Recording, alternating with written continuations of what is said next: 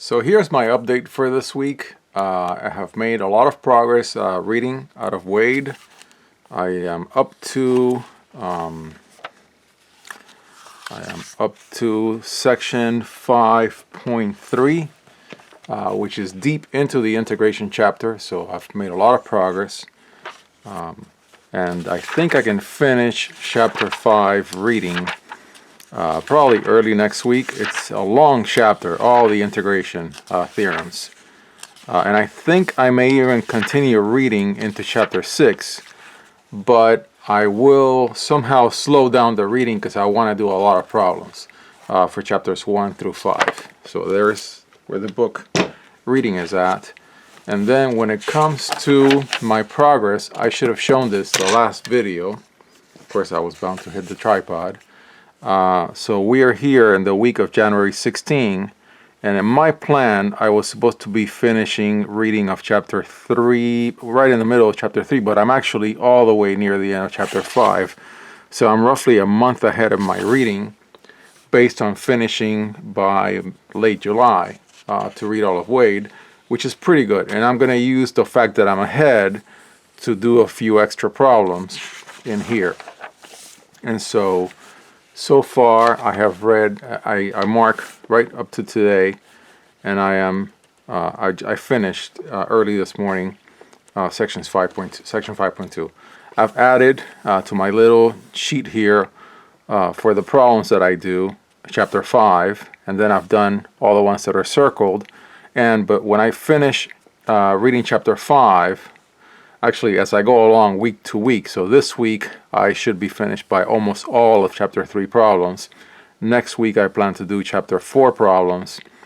But I think this whole thing will take me probably all of February. All of February I will spend. And so I think middle of end to end of February I should be able to do a recap and go in and finish off all the problems in chapters 1 through 5 that I haven't done. So then here, I think the only thing that I can show is new is whatever work I've done for chapter 3 problems. Chapter 3 has limit proofs, proofs on continuity, and so and I've had to go fairly deep on those. It's one of the things that I wanted to do for at least for the first self-learning phase. So I've worked on a bunch of problems, not completely to my satisfaction. I have found, like from milefoot.com, I found this great example of how to do limit proofs, and I followed it. I'm getting it, but I need to do more. I need to do a lot more. And so unlike chapters 1 and 2, where I just cruised through and I was able to match do a whole chapter problems in 1 week, this is not going to be the case. I think I'm going to be into chapter 3 problems all the way to the middle of next week. So yeah, I found a couple of handouts, I followed them, did more problems, so yeah, it's been slow going because I want to really understand the whole thing of selecting the right delta. The right delta for your delta epsilon, either for a limit proof or for a continuity proof. And so I'm very deep, buried deep into that. And so usually by this time, at least for the other chapters I've been able to finish, I was hoping that by today I would finish working on all of chapter 3 problems, in which case I would add the reading notes for all of chapter 4, which has already been completed.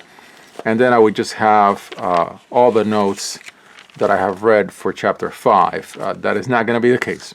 What's really going to happen is that I'm going to continue working on chapter 3 problems. I'll continue doing the reading, and then I'll probably end up starting on chapter 4 problems next week.